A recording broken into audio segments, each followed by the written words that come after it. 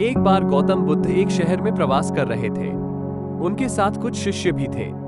एक दिन उनके शिष्य शहर में घूमने के लिए निकले। वे शहर में घूम ही रहे थे कि तभी शहर के कुछ लोगों ने उन्हें अपशब्द कहे। उनके बुरे शब्दों को सुनकर शिष्यों को बहुत बुरा लगा और वे वापस लौट गए। बुद्ध ने देखा कि शहर से लौट कर आए उनके सभी शिष्य बहुत क्रोध में दिखाई दे रहे हैं। उन्होंने शिष्यों से पूछा, क्या बात है, आप इतने तनाव में क्यों हैं? तभी एक शिष्य क्रोध में बोला, हमें यहाँ से तुरंत चलना चाहिए। जब हम बाहर शहर में घूमने गए थे तो यहाँ के लोगों ने बिना वजह हमें बहुत बुरा भला कहा। जिस जगह हमारा सम्मान नहीं हो वहां हमें नहीं रहना चाहिए। बुद्ध ने कहा, क्या किसी और जगह तुम अच्छे व्यवहार की अपेक्षा रखते हो? दूसरे शिष्य ने कहा, इस शहर से तो अच्छे लोग ही होंगे। तब गौतम बुद्ध बोले, किसी जगह को सिर्फ इसलिए छोड़ देना ठीक नहीं कि वहां के लोग बुरा व्यवहार करते हैं। हमें तो कुछ ऐसा करना चाहिए कि जिस स्थान पर भी जाएं, उस स्थान को तब तक नहीं छोड़े जब तक अपनी अच्छाइयों से वहां के लोगों को सुधार न दे। हम जिस भी स्थान पर जाएं, वहां के लोगों का कुछ न कुछ भला करके ही वापस लौटें।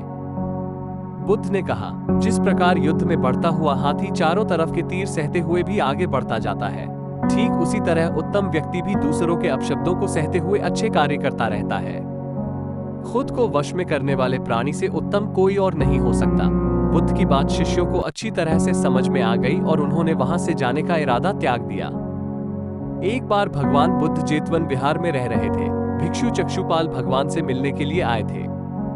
उनके आगमन के साथ उनकी दिनचर्या, व्यवहार और गुणों की चर्चा भी हुई। भिक्षु चक्षुपाल अंधे थे।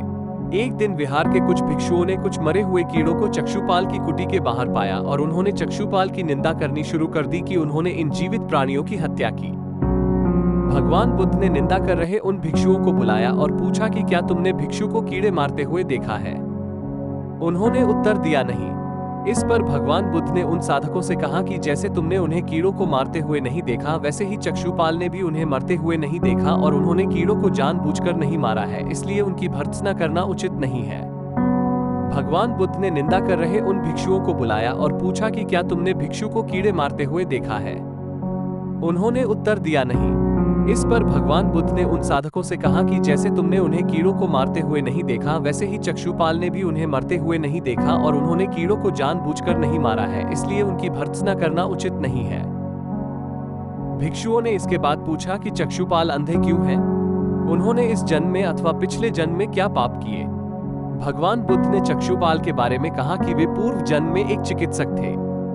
एक अंधी स्त्री ने उनसे वादा किया था कि यदि वे उसकी आंखें ठीक कर देंगे तो वो और उसका परिवार उनके दास बन जाएंगे।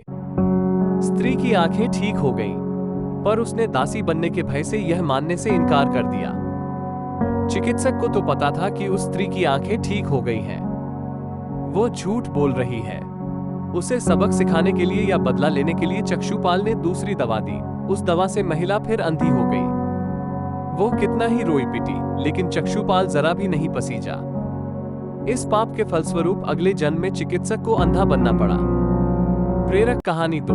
परिश्रम और धैर्य। एक बार भगवान बुद्ध अपने अनुयायियों के साथ किसी गांव में उपदेश देने जा रहे थे। उस गांव से पूर्व ही मार्ग में उन लोगों को जगह जगह बहुत सारे गड्ढे खुदे हुए मिले। बुद्ध के एक शिष्य ने उन गड्ढों को देखकर जिज्ञासा प्रकट की, आखिर इस तरह गड्ढे का खुदे होने का तात्पर्य क्या है? बुद्ध ने कहा, महाराज, मेरे पास श्रद्धा का बीज, तपस्या रूपी वर्षा और प्रजा रूपी जोत और हल है। पाप भीरुता का दंड है, विचार रूपी रस्सी है, स्मृति और जागरूकता रूपी हल की फाल और पेनी है। मैं वचन और कर्म में संयत रहता हूँ। मैं अपनी इस खेती को बेकार घास से मुक्त रखता हूँ और आनंद की फसल काट लेने तक प्रयत्नशील रहने वाला हूँ। अप्रमाद मेरा बैल है जो बाधाएं देखकर भी पीछे मुंह नहीं मोड़ता है। वो मुझे सीधा शांति धाम तक ले जाता है। इस प्रकार मैं अमृत की खेती करता हूँ। प्रेरक कहानी 4। दान की महिमा। भगवान बुद्ध का जब पाटलिपुत्र में शुभागमन हुआ तो हर व्यक्ति अपनी अपनी सांपत्तिक स्थिति के अनुसार उन्हें उपहार देने की योजना बनाने लगा। राजा बिंबिसार ने भी कीमती हीरे, मोती और रत्न उन्हें पेश किए। बुद्धदेव ने सबको एक हाथ से सहर्ष स्वीकार किया। इसके बाद मंत्रियों, सेठों, साहूकारों ने अपने अपने उपहार उन्हें अर्पित किए और बुद्धदेव ने उन सबको एक हाथ से स्वीकार कर लिया।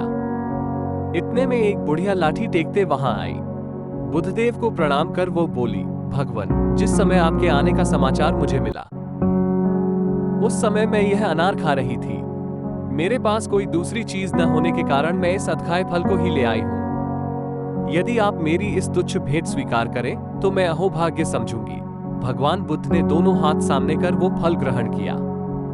राजा बिंबिसार ने जब ये देखा तो उन्होंने बुद्धदेव से कहा, भगवन क्षमा करें, एक प्रश्न पूछना चाहता हूं।